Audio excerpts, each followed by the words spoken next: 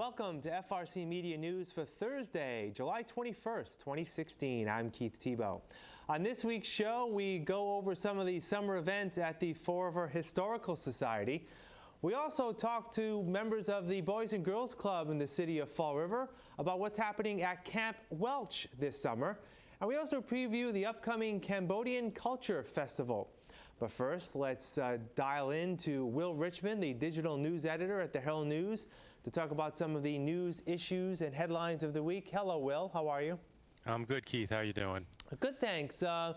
Unfortunately, we're leading the news this week with another tragic story, the boating tragedy this weekend, which claimed the life of Emerson Valerio out on South Watuppa Pond. And it was one of those instances where Mr. Valerio allegedly was just diving in to go for a swim, never came up. His family called 911, get the police involved, and unfortunately, it ended in tragedy. Is there anything new that you guys have uncovered since they recovered Mr. Valerio's body on Tuesday? Yeah, at this point, it looks like they're still kind of just checking into things. Yeah. It appears he jumped in to go for a swim, and unfortunately, no one else on the boat may have known how to swim, including the victim. As he jumped in, he surfaced at one point, calling for help, and no one was able to jump in and give him a hand. And so, unfortunately, that was the last scene of him, and led to the tragic circumstances of his body being found 3 days later. I know in the article that you published in the Herald News, Mr. Valerio was well liked by his friends and family, and it's just one of those tragic accidents, unfortunately, we see from time to time throughout the summer months where someone who may be an inexperienced swimmer, or someone who doesn't know how to swim at all, feels that, well, I just want to, take a quick dip. It was humid over the past week or so, and unfortunately turned tragic. So we want to, unfortunately, that's been one of the big stories that I know the Herald News has been following over the past few days, as has another tragic story, not in Fall River, but in nearby Westport, the discovery of hundreds of animals that have been abused at a location in Westport at American Legion Highway. Some 600 to 800 animals. Some have perished. Some others are still living, but in poor condition. Investigators have been there for quite some time.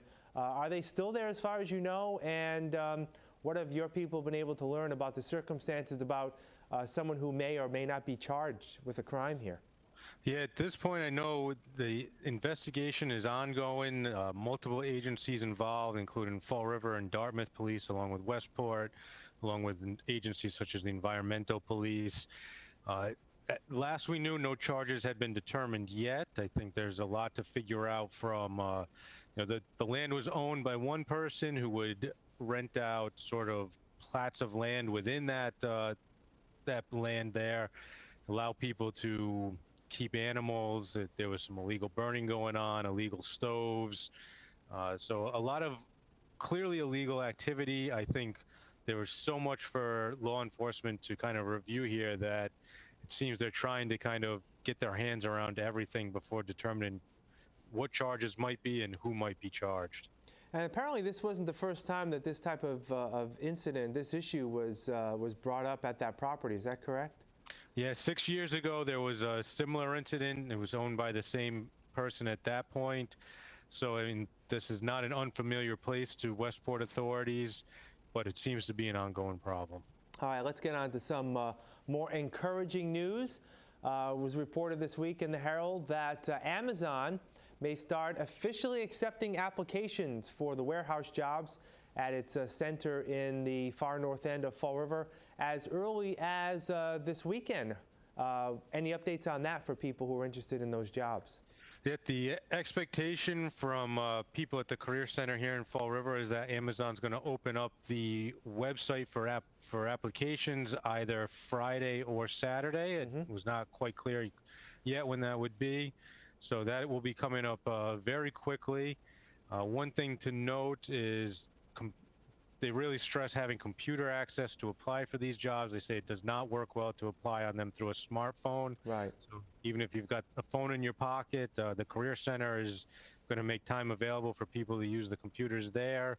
Local libraries, it looks like they're trying to secure space in other locations as well, such as schools or other outlets that have computer access, to just give as many people as possible the opportunity to apply.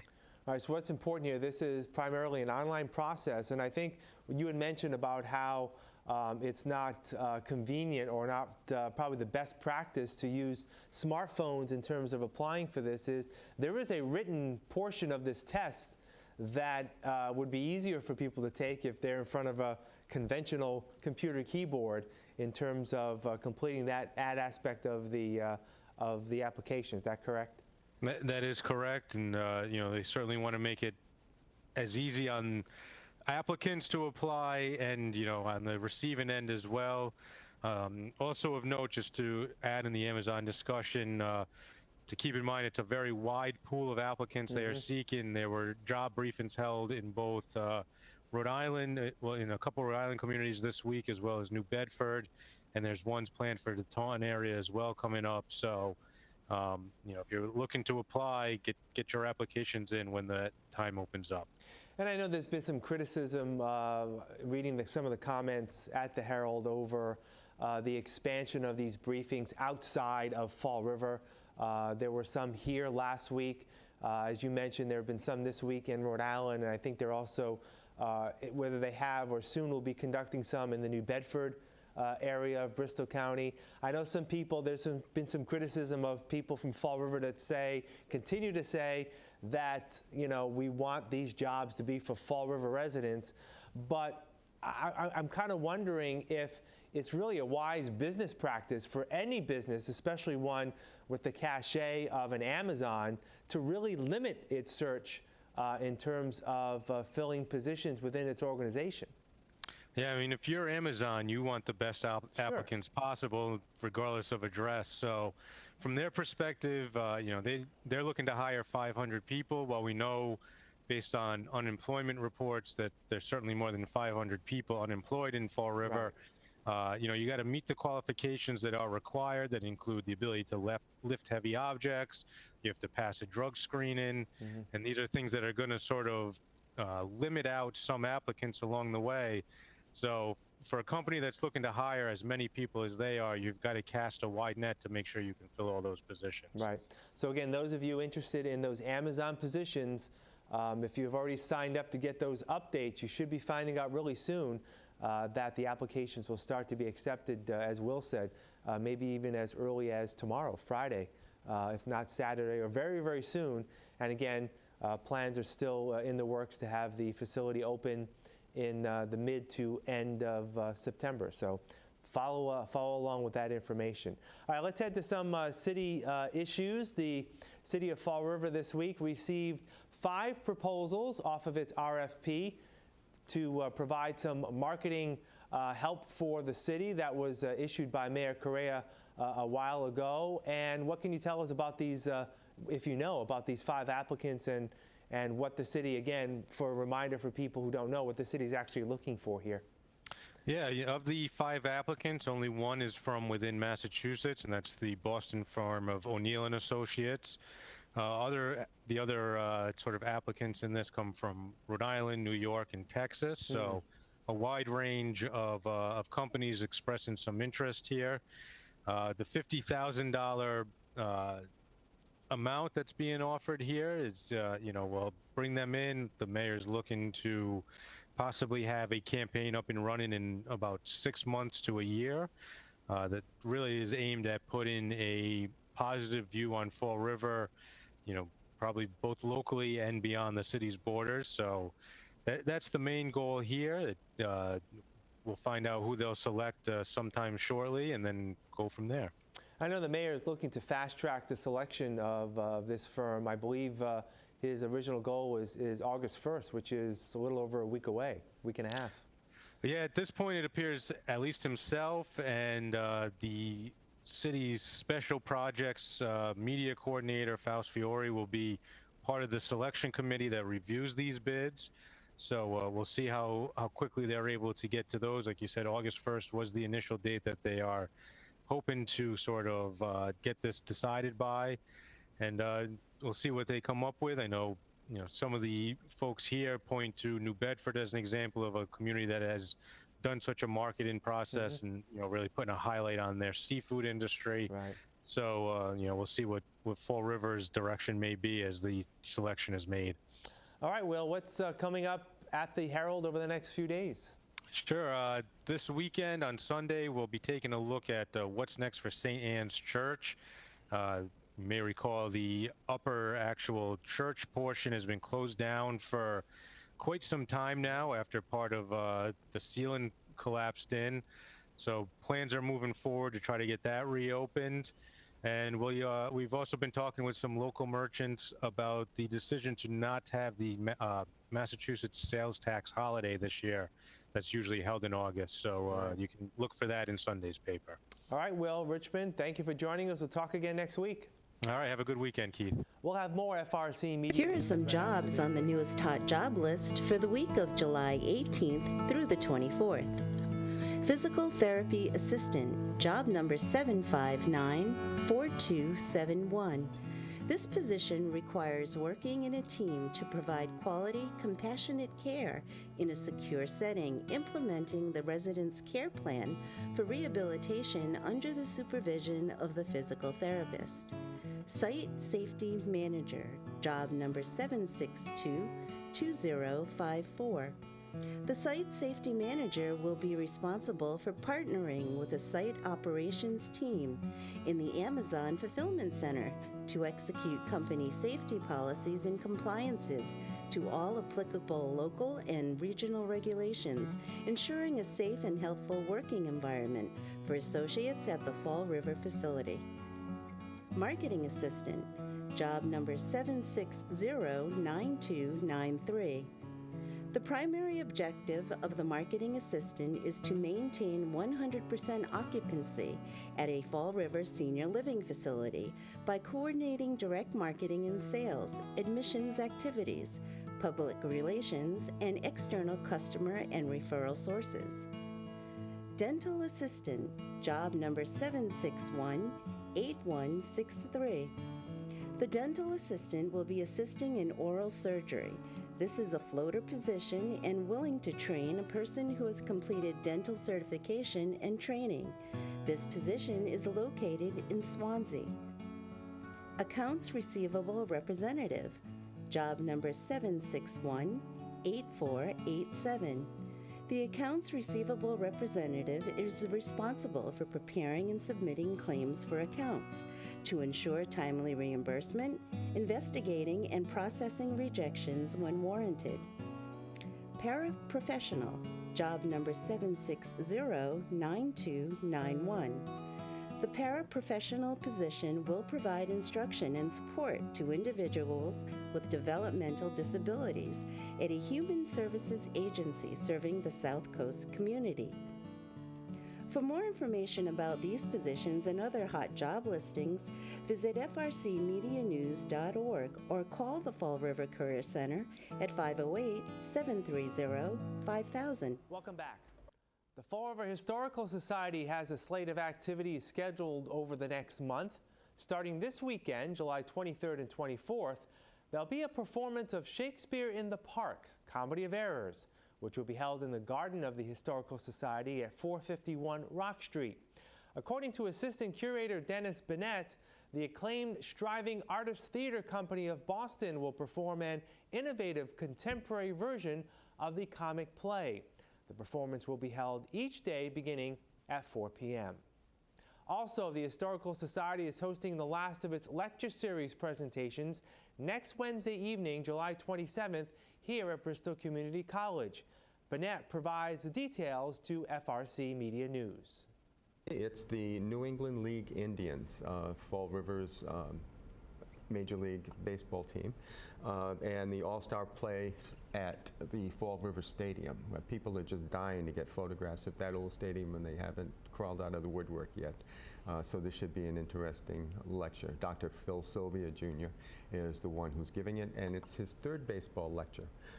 He did one last year and one the year before. He does extensive research. God knows where he gets half of the information that he gets. And he was fortunate enough to be able to be in touch with family members of the players that were playing with the Indians from 1946 to 1949. So it's going to be interesting to see what he has to tell us about this team. Is this a local team? I'm not a sports fan, I have to admit. So Well, is it? we're in the same club there. Yeah. I don't. I'm not a sports fan either. But yes, they were a Fall River team. Oh, very cool. So he does all the research, Yeah.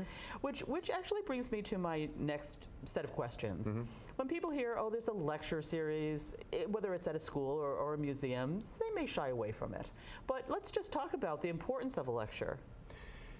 The lectures that we do, and this is actually underwritten by the Grimshaw Goodrich Charitable Foundation, so we're very fortunate that they make these lecture series possible. We cover any and all points of Fall River history, and the lectures usually run about an hour or so, maybe a little bit more if there are questions. And it just makes people aware of the really rich and varied history that Fall River's had since its foundation. There's plenty of activities and fun to be had at Camp Welch in Assonet this summer.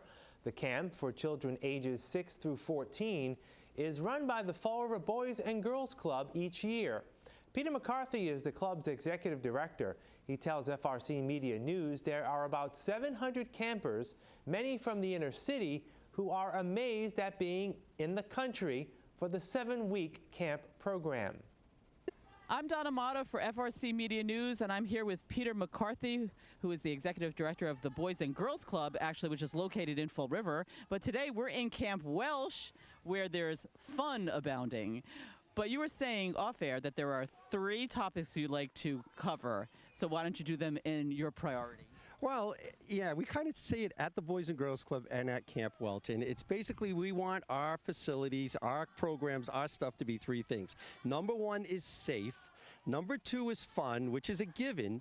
And then number 3, clean, because we hate litter. We want the place to look good. That's right. I mean, the park here is just absolutely beautiful. How many acres? Well, believe it or not, we have 165 acres. As you drive in the camp proper, there are 35 acres, which is basically what we use all the time for our programming. But across the street, and even across Route 24, we own 100+ acres of woodlands and hiking trails.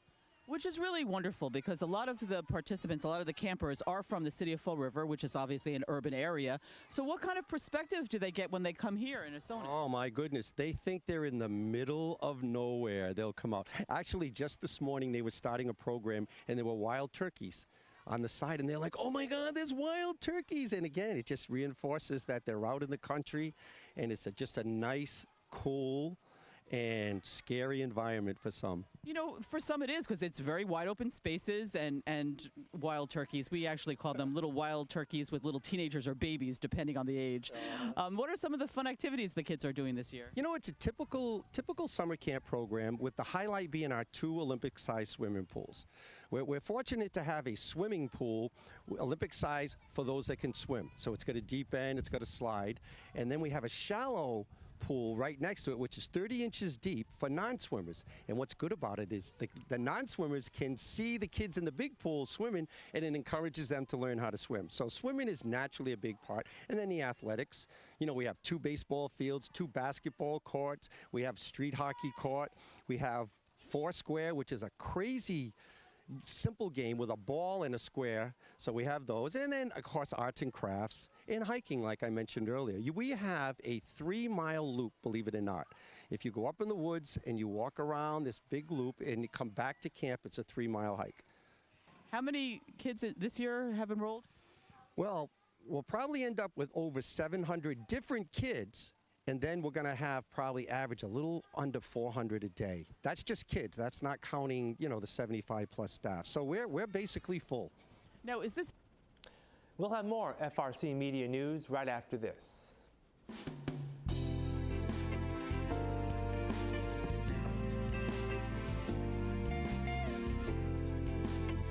So this is Carter.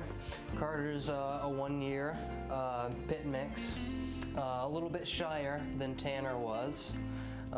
Gets a little spooked by loud noises. So here in the kennel, he's a little bit anxious, but he's got plenty of puppy in him too. So if you'd like to meet Carter, I would love for you to meet Carter. So come on down, meet him. He's a really fun guy. These are Olivia's babies. You may have met her last week on the show. She has 1 boy and 2 girls. One is Joy, one is Jasper, and one is Jewel. This is Jasper, Joy, and Jewel. Jasper is a needy boy. He likes to play, but he wants company all the time. He can't be left alone because he thinks everything's about him. But everybody's really playful and happy and well-adjusted.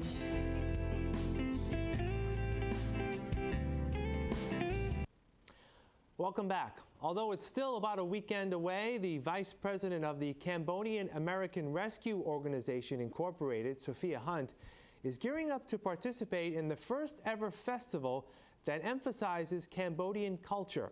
Hunt is here to explain the mission of her nonprofit organization called CAIRO.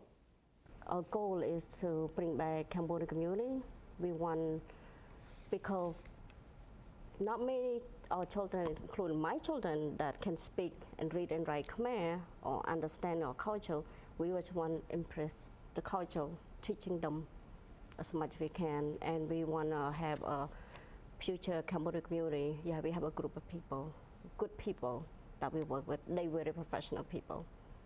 Yes, Yeah. so you're bringing awareness that there's a Cambodian population, Yes. and that you respect people and families, and you want to work together to just show everybody in the community that you are a part of it, Yes. and what you could provide. Is that correct? Correct, yes. In a fun environment, because you're down at Kennedy Park. Yeah, oh my God, I can't wait. I know. Tell us about that. Are you excited? I'm very much excited. I can't wait. I hope it goes well. I mean, if this goes well, we're hoping to have it again every year in the future, because they have a Cambodia festival in Lowell, Massachusetts. Every year, huge one. They have people, movie star, people come from Cambodia and Thai to do the show. Awesome, beautiful. They have boat race. That's our goal. Maybe someday we can do it too. Well, you did the first one, right? This is the first one coming up, so why not do something else in the future? Yes, I'm very excited about that. That's good. In addition to the live music, a fashion show featuring clothing styles from Cambodia and neighboring Thailand will be one of the featured events. In addition, Hunt goes over the Cambodian and Thai food choices available at the festival. Thai food more likely is a little bit spicy, and then Cambodian food is not as spicy, but I guess because we relate to Thai, most of food is spicy. For American came and tried, that's too spicy. For us it's normal, but Thai food very, very spicy. I told them not to make too much spicy. I'm afraid people will not be able to eat them. Yes, I understand. And is it fish and meat? Sticky rice, which is Thai, and they make a papaya salad. And Cambodia, we would have chicken wing. We will have fresh mango, and Nice. then with hot pepper on the side as a sauce. And we will have beef turkey on the stick. Yes. The person who make it, they're very good cook. That'll do it for this edition of FRC Media News. You can catch FRC Media News Thursday and Fridays at 6 p.m. And you can join us online 24/7 at frcmedianews.org. For all of us here at FRC Media News, I'm Keith Tebow. Have a great week, and we'll see you next Thursday.